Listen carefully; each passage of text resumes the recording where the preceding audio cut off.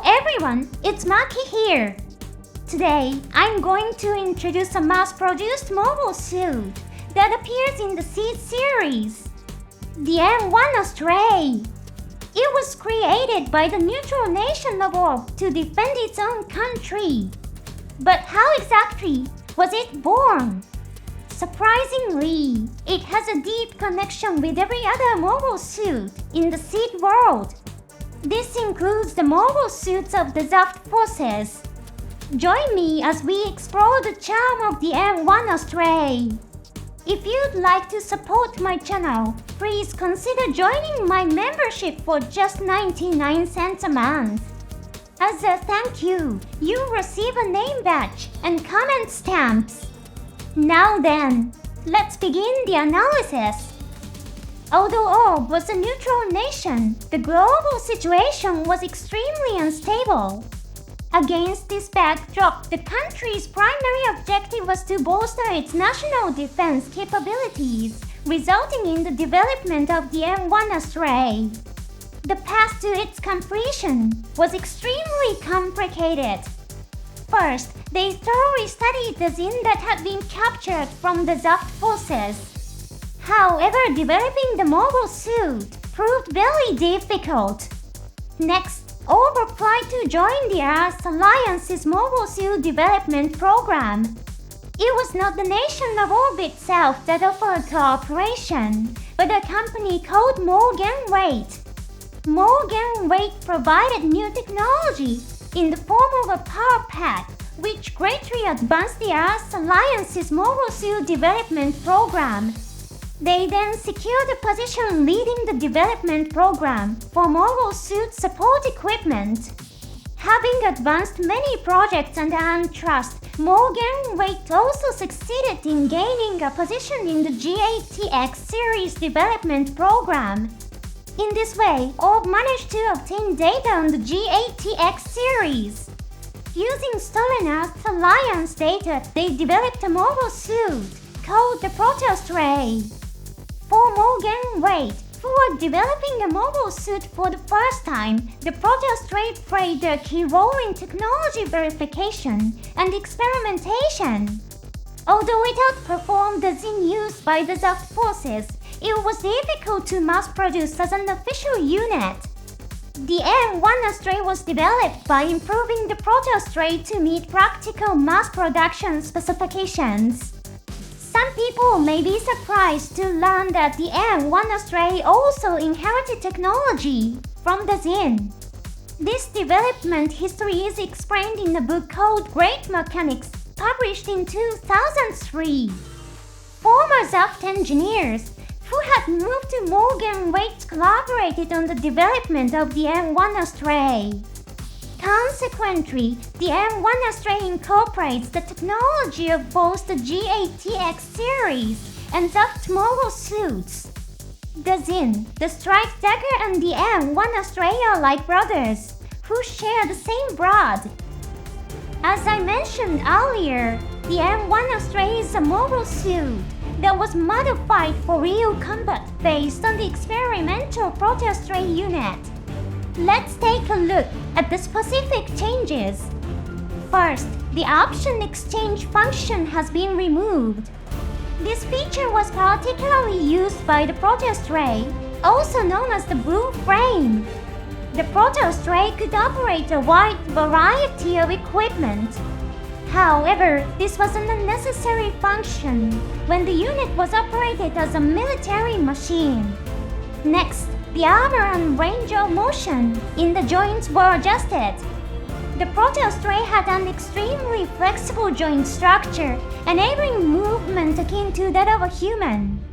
However, this was achieved at the cost of reducing the armor. For the M1 ASTRAY, which was intended for military operations, such flexibility was excessive. Consequently, the range of motion was reduced and the number of armor defensive sections was increased. As a result, the overall structure became simpler. This improved its reliability as a weapon and reduced the maintenance burden. The biggest challenge was developing control software for Nautilus. Originally, mobile suits were weapons designed for use by coordinators who have superior intelligence and physical abilities. For Nautilus to be able to operate them, highly capable software was necessary. The protagonists of the story played a key role in developing this software. First was Logel. He owned and operated one of the ASTRAY units.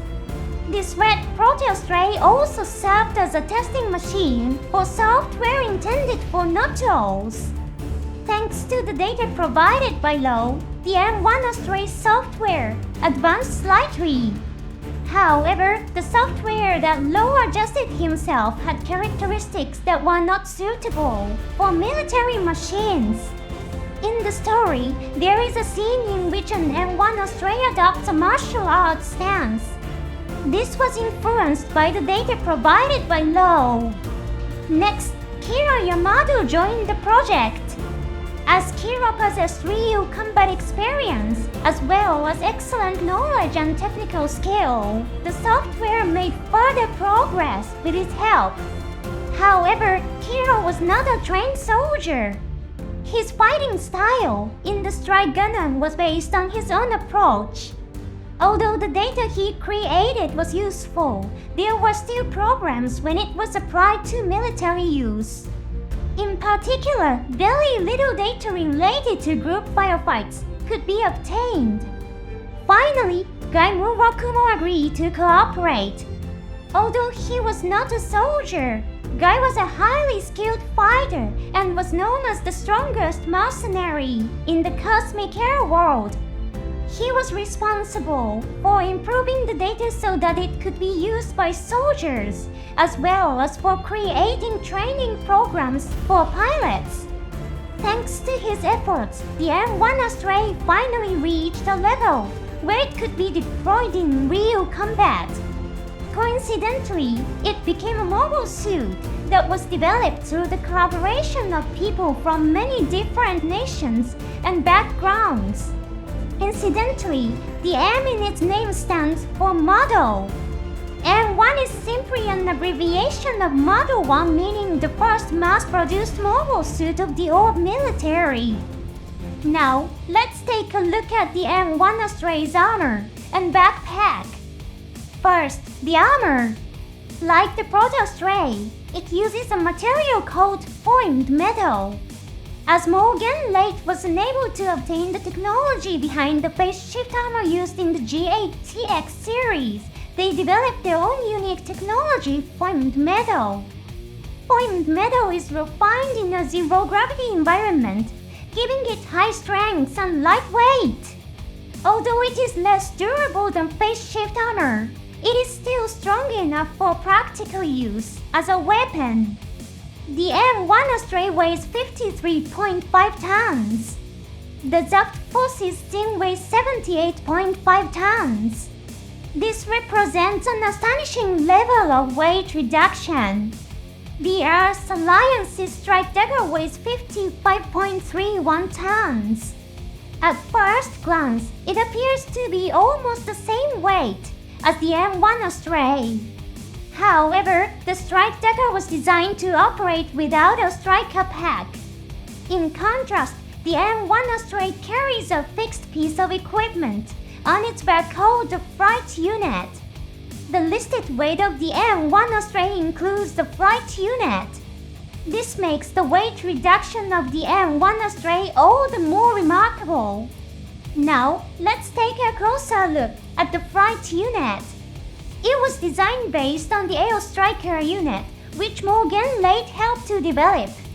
As mentioned earlier, the flight unit is installed as fixed equipment. It is not designed to be swapped out like a striker pack. Thanks to the flight unit, the ASTRAY gains powerful propulsion and excellent agility. Surprisingly, it can even perform short flights under gravity. This enables it to maneuver within its own territory without the need for transport aircraft. For the ASTRAY, which was developed for national defense purposes. This is an extremely important piece of equipment. Now, let's take a look at the M1 ASTRAY's weapons. The first is the Vulcan gun, which is mounted in the head. It is called the Eagle Stand. This is the same weapon used by the Earth Alliance's GATX series. The caliber is also the same as the GATX series at 75mm. This weapon is shrouded in mystery. Rando Ginna led the development plans for the Proto-ASTRAY and the M1 ASTRAY. When he stole the GATX series data and designed the ASTRAY series, he stated that as long as it is developed in a way that does not attract the Earth Alliance's attention, it will be fine. This quote appears in the novel version of the ASTRAY story. So why was a weapon identical to the Earth Alliance's adopted? The truth is unknown. One possible explanation is that the Eagle Stand is not a weapon unique to the Earth Alliance, but one distributed globally. If so, it would not be unusual for the M1 ASTRAY to be equipped with the Eagle Stand. However, the real reason remains unknown. It is left to each viewer to decide. Next is the beam rifle. It is named the Type 71. This indicates that it was completed in Cosmic Era 71. Its firepower and performance are equal to those of the beam rifle equipped by the ASTRAY Gundam. When it was deployed in real combat, it was also an extraordinarily powerful weapon. Next is the beam saber. Called the Type 70, it was completed before the beam rifle. Its attack power is equal to that of the ASTRAY Gundam's beam saber. However, it has a distinctive feature. It is equipped with a function that allows the user to adjust the output. This means that the length of the blade can be freely changed. This makes it technically a more advanced weapon than those used by the Earth Alliance's GATX series. Next is the anti-beam shield. Its distinctive feature is the beam coating applied to it.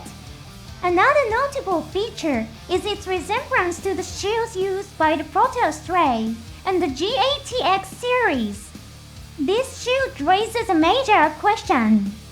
Given that the Proto-ASTRAY was created as a classified project and was intended for destruction upon completion, it would not be unusual for it to use the same shield as the GATX series. However, it is unclear why the M1 ASTRAY, which was formerly adopted as a weapon, uses this shield. This seems to contradict Ginna's words that I mentioned earlier. Nevertheless, Ginna's statement continues. After saying that it should be developed so as not to attract attention, he added another statement. If the situation is exposed, we will simply show our fangs. Ginna may have accurately predicted that Oak would end up in conflict with the Earth Alliance by the time the M1 ASTRAY was completed. In fact, the M1 ASTRAY's first deployment in real combat was in the battle to resist the Earth Alliance invasion. I will now share another interpretation, though it is not very interesting. The idea is that parts from the ASTRAY Gundam gunpla could be reused. This would reduce manufacturing costs. From a real-world perspective, this is probably the most likely explanation. The M1 ASTRAY essentially uses these weapons in combat. However, there are a few exceptions. One example is the machine gun used by the Zin. In the story ASTRAY B, there is a scene where the M1 ASTRAY is equipped with this weapon. In that scene, the M1 ASTRAY is equipped with the machine gun for training purposes and engages in the mock battle with the blue frame. The weapons used by Zaft mobile suits are produced using a standard whereby human weapons are enlarged for mobile suit use. Because of this, they are fired by pulling the trigger with the finger. This is very different from the Earth Alliance's weapons, which use electronic connectors to fire. Therefore, it is reasonable to assume that the M1 ASTRAY can use soft mobile suit weapons too. Next is the 9.1 meter anti-ship sword. This is the same weapon that is equipped with the striker pad, also known as the IWSP. It is used by the martial artist Bariho in the story Destiny, ASTRAY V. He uses it during combat training against the Blue Frame Second L, which is piloted by Gaimura Kumo. Thanks to Barry's martial arts skills, he is able to produce unpredictable attack trajectories and extremely sharp strikes. Unfortunately, as this is a Noah line, it is not possible to see the weapon being equipped. The M1 ASTRAY is a weapon that can truly be called a masterpiece among mass-produced mobile suits. In terms of combat ability, it surpassed even the Zen and the Strike Dagger. In terms of specifications, it is often said to be equivalent to the Zen and the Strike Dagger. This description comes from the settings released with the Gun Pro Collection series models sold while the TV Annie series was being broadcast. However, a later reference book official file stated that in an equal numbers fight, the M1 ASTRAY could overwhelm mobile suit units from other nations. The combination of its lightweight body and the latest being weapons of that era produced extremely powerful mobility and combat capability. Such was the M1 ASTRAY's excellence that it continued to be used even in the Sea Destiny era. It was fitted with flight equipment called the Shoe White and continued to be used in operations. The M1 ASTRAY was originally designed as a means of resisting invasion. Because of this, the limited flight capability of the flight unit was more than sufficient for moving within its own territory. However, after losing many leaders and citizens, all began pursuing a more proactive form of defense. To this end, the ability to operate outside its territory became necessary, for example conducting reconnaissance at sea. This is how the Shoe White was developed. Although its aerial combat ability was lower than that of the Murasame which would later be produced, the M1 ASTRAY continued to be used thanks to its excellent design. During the Seat Freedom era, it can be seen carrying civilians as they evacuate from an attack. The children at that moment are smiling. Although the Shoe White has lower mobility than the Murasame, it appears to be superior in terms of stable flight at low speeds. The M1 ASTRAY's primary mission is to protect its nation's people. Perhaps the scene in Seat Freedom, in which it carries civilians to safety, is when the M1 ASTRAY shines the brightest. Thank you for watching until the end. I'll see you again in the next episode.